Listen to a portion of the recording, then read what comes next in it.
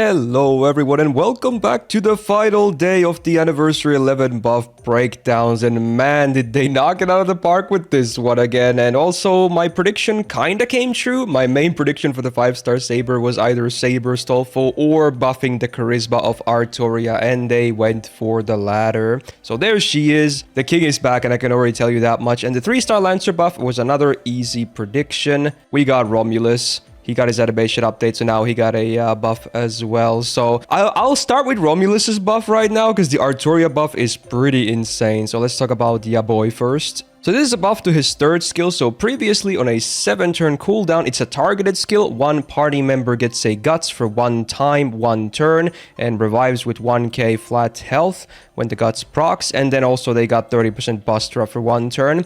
For a 7-turn cooldown, that is very, very disappointing. Like way too weak. Even for a low star, this was always just a pretty bad skill. And the guts has no longevity whatsoever. Really awkward to time. Just not a great skill. Let's see what they did. So now on the same 7-turn cooldown, the guts was buffed. It now is 1 time 3 turns, and the healing goes all the way up to 3000 on revive. So that's marginally better. The uptime is still not amazing, but it's still way better than what it was.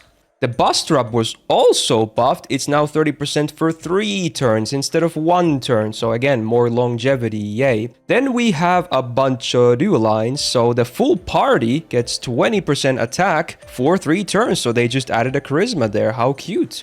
And also the full party gets 40% buff success rate up for 3 turns. This is big for him as well. We'll get to that in a second. And then another bonus line is the full party gets 100% bonus healing received for 3 turns. So now, hey, we actually have a very solid skill on our hands. Now, the buff success rate up is great for him too because he has still a base Imperial privilege, meaning that if he wants to get this juicy 44% attack and defense for 3 turns, he had a 60% chance to land those. But with this, obviously, like a lot of other ones, they did the same thing. Now he can guarantee it. Now, obviously, this is on a 5-turn cooldown and this is on a 7-turn cooldown, so they might not always like line up, but definitely will for the start of the battle, which is great. Also, the healing boost will actually make his heal on this skill better too. This will now go from a 3400 heal to a 6800 heal, which is, again, marginally bigger. It will also make the heal on the first skill better, which also is another self-heal. So it goes from 4000 to 8000. Pretty big. Now, despite this skill now, offering party utility, making his own kit better, making this skill better, like it's a really good buff. I'm not sure if Romulus will still be all that pickable though. He still has like this 20% dingy battery, and his MP has never seen a buff, which is kind of surprising. It's not a very great MP. It only has, like, besides damage, it only has this AoE attack up, which is also after damage, by the way, so it doesn't even ramp up him properly, at least not in the optimal way. So I don't know how to feel about this, really.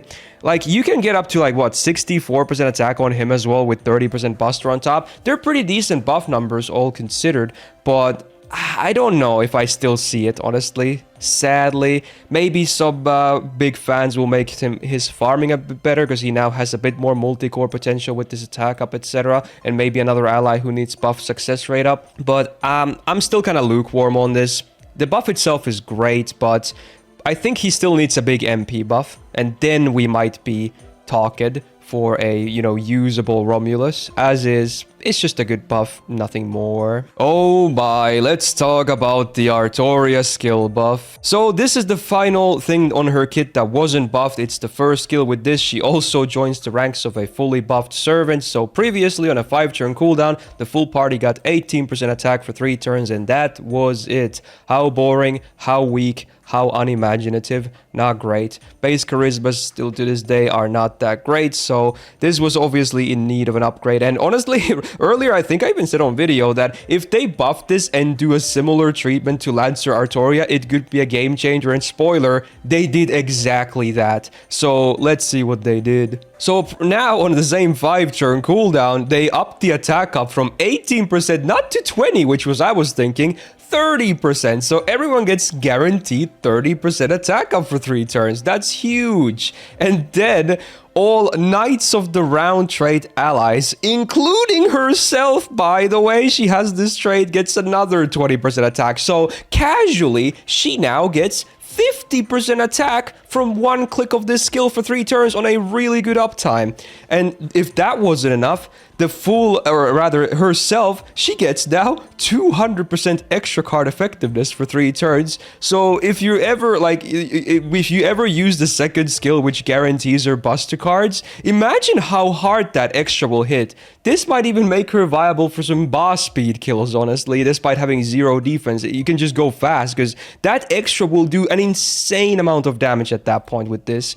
And that's not all. They added an on-attack trigger, so for the next 3 turns after using this skill, whenever she uses a buster card, she gets 10% gauge. And yes, this does not exclude the MP. It's not only normal attacks. Oh my god, so the MP now refunds a minimum of 30% without any overcharge boost, this 20% and then 10% on top. By the way, you can stack all of this. I'm pretty sure you can stack this too. So at some point you can get 20% from every buster card instead of 10, meaning the MP refunds a minimum of 40. I can only imagine how many new Black Rail comps are going to be figured out for Artoria. Not to mention, like, this attack buff is insane. Again, you can stack this. So on farming, if you have the cooldown append and a Koyan, starting from turn 2 onwards, she can have 100% attack up. That's insane. And attack up is usually the buff you want the most on Buster Farmers anyway, because the mainline damage supports don't offer that.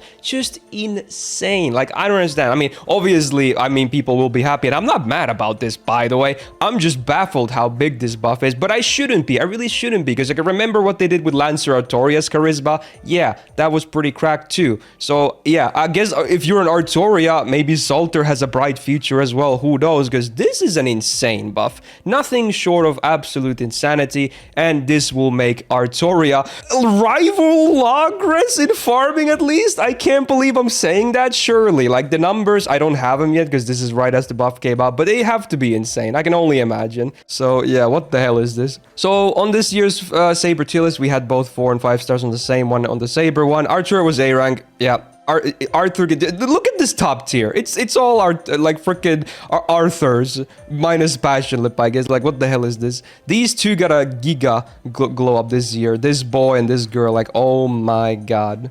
Like, I don't think I'm jumping the gun here. The numbers have to be insane. I'll look at them later. But man, yeah, this is what an insane. They saved the best buff for last, I guess. Makes sense. Okay. So that's it for the anniversary buffs. There's no need for me to do any predictions because that was it. And man, what an insane buff to end on again. If you enjoyed this video, do miss out and leave a like on it. And do subscribe not to miss out on future videos. Tsukihime will also return today from a 2-week hiatus. So rejoice. Also, shout out to my patrons on the screen right now for supporting the content. Ring the notification bell not to miss out on future videos. Content every single week. And I hope you have a great rest of your weekend when you're watching this or whenever it is.